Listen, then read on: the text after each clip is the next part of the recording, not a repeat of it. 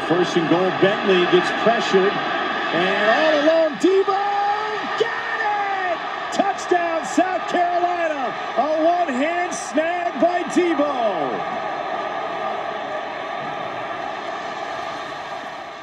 How do we get from here to here?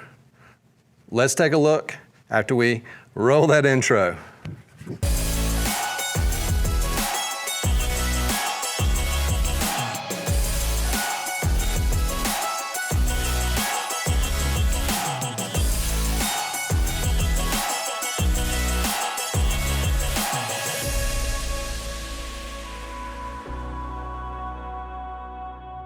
Welcome back, everyone. Today I thought I would do another retouching breakdown of one of my images.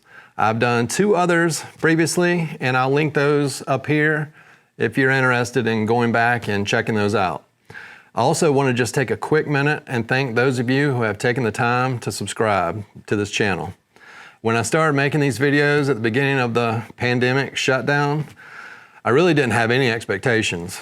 These were more of something just to do to fill the time while we wait for things to hopefully return to something resembling normal.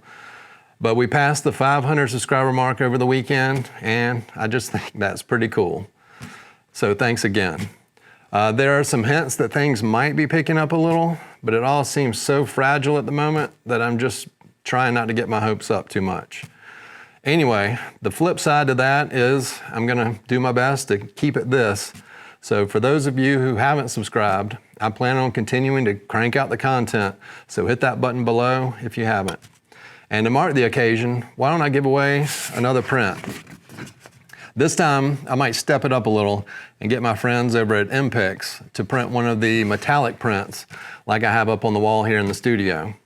If you haven't seen one of these printed on metal, it's pretty amazing, and about as close as I've seen to getting a 3-dimensional representation on a flat surface.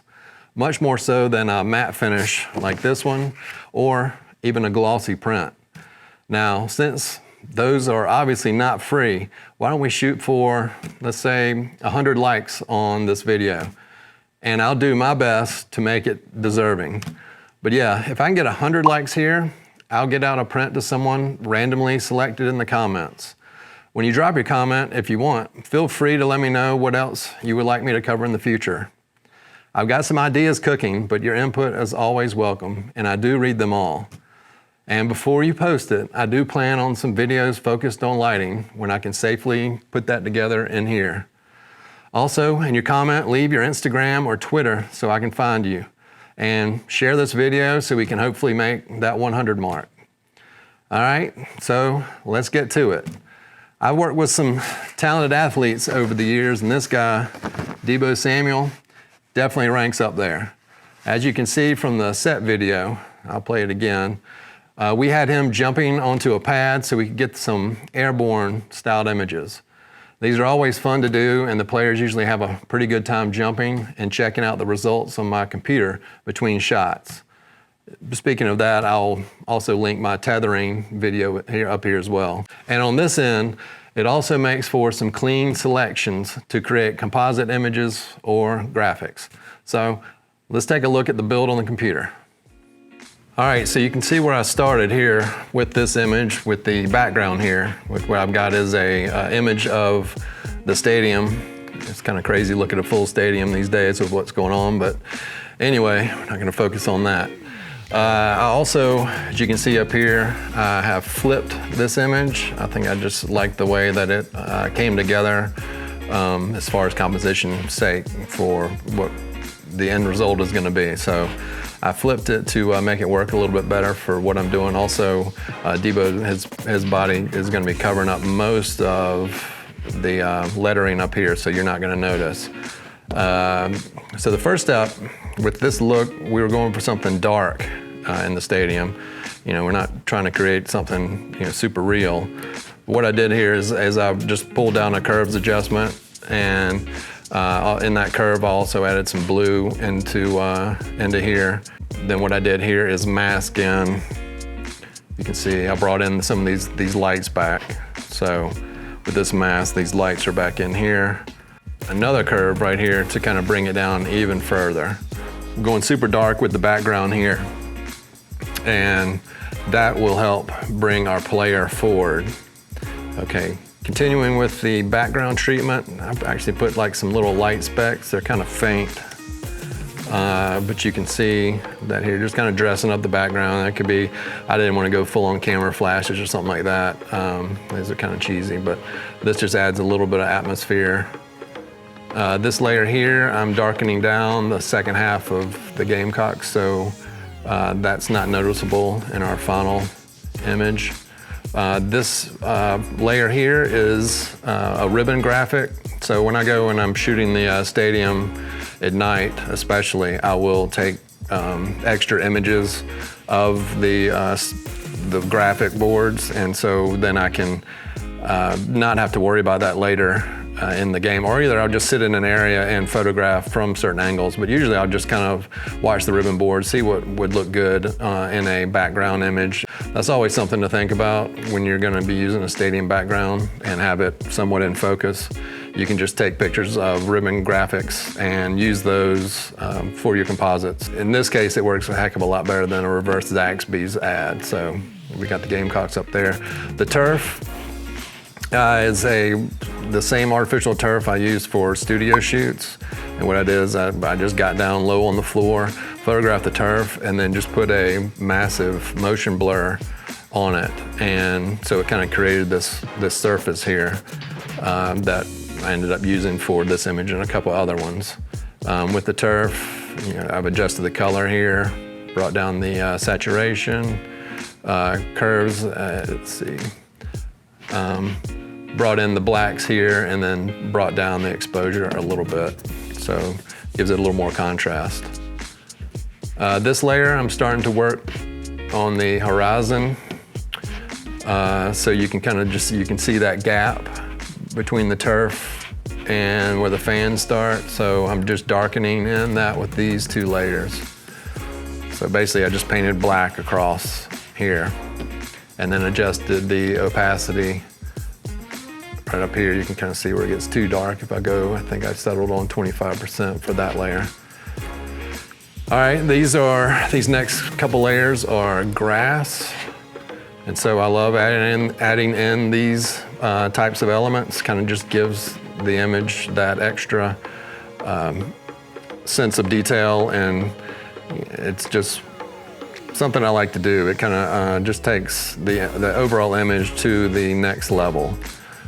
So I think I got 3 files of grass. And I was thinking I might create a video to spend time just showing how I do capture these elements, because I've spent time with grass, obviously, rocks, sand, smoke, just different elements. Then I put into folders and I can pull when I need them. Okay, so then we drop in our player. Let me show you the cutout. So that's the raw file there. You can see our selection. And in the file, we had some really cool highlights going. And that's from lighting on set. So we're catching those in camera. I didn't want to lose those when I brought it in. Okay, and so here's just a isolated version of the layer mask applied. And this helps when I'm stacking these filters here, then it works on the actual player with the layer mask already applied. So sometimes I like to do that. And then I can paint, create a selection on him, just like this. You can also do it on the mask there, but sometimes I'll make his own layer, and then you basically hit Command click on that layer and it gives you a selection. And we can do Command D, deselect. So jersey color right here, adjusted the lightness values, saturation brought it up, and adjusted the hue so we can kind of better match what the uniform actually looks like. And this I can kind of tweak as I go along, depending on what other filters or colors I put on at a later date. As you saw from the video, this is a big step, an important step, which I see a lot of people skip when they do this type of thing. But when we're photographing on a red, or photographing using like a red pad, the player is jumping on there, you're gonna get some color bleed from that red pad. and it might not be something that you notice, but if he's on a field, it's going to be green down here or just neutral. And what I did is I removed the red on this layer. So I'll toggle it on and off. And then you take out the red, and then it kind of leaves a green hue, which matches this down here. So one of those steps that a lot of people might overlook, but I feel it's important to try to make it as visually authentic as possible, and that's what this is doing here. Next layer, what we're doing is going in and boosting the highlights with a curve. You can see it here. And then using a layer mask, you can kind of see where I painted in to highlight certain areas of our player. Take that off, you can kind of see it goes flat, and then this gives it some, makes it much more dynamic. This layer I've done before and showed on my breakdown videos. This time, let's see here, I used the overlay as the blend mode and basically just painted in white. Let's go up here, you can see where I put these white touches. So I'm actually going back in here and accentuating these natural flares that we had in the image from the get-go. And then what this does too is gives me some overbleed from these lights, which gives it that more of a realistic type feel and kind of pulls in our athlete, giving it more of a realistic feel. You can go soft light with this and then build it up, or if you want to take it a couple more steps. In this image, I wanted to kind of go harsher with it, so that's what overlay does. It just gives it a little more pop than what a soft light. Kind of see the difference right there. Depending on the image, I'll use either overlay or soft light. This one, I'm going with overlay. Let's see, we had a merge all layer.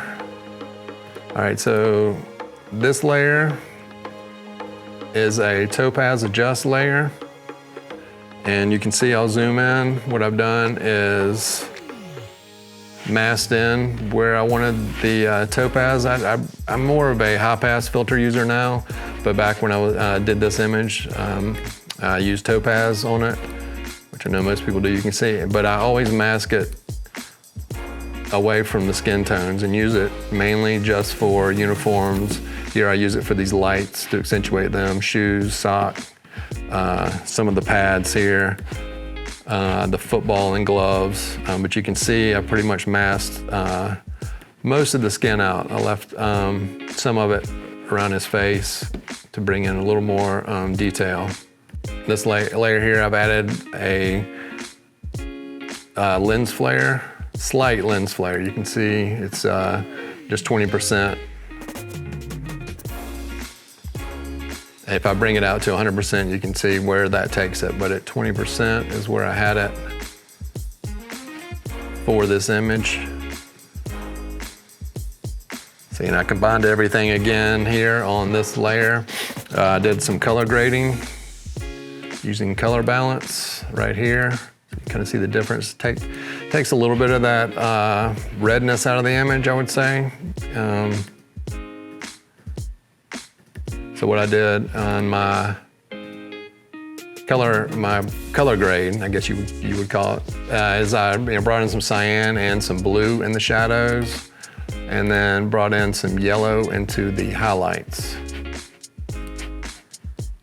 So that's the general color grade. I did drop a hue layer on here. It's very, very slight, but when I'm working with a team and they have a team color, a lot of times I will pull, select from their jersey and then create a color fill layer and then bring in, you can kind of see if I bring this hue all the way to 100%, it's almost just more of a subliminal type thing in this case, but it's there and it's very slight, but it kind of gives it that, in this case, kind of more of that garnet type feel. This is a dodge and burn layer, so we're using this. This is a neutral gray, 50% gray, set to soft light. Let me go to normal. You can kind of see where I've touched up the highlights and then brought in some shadows.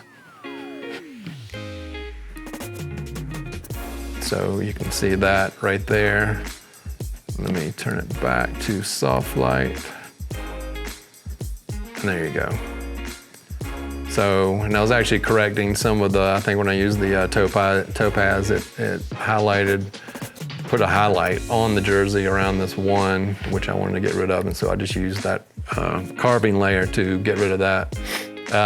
This is a set of luminosity mask where you take values based on light in an image and then create mask, and then you can adjust those masks just affecting those areas. So we've got the darks, the lights, and the midtones here.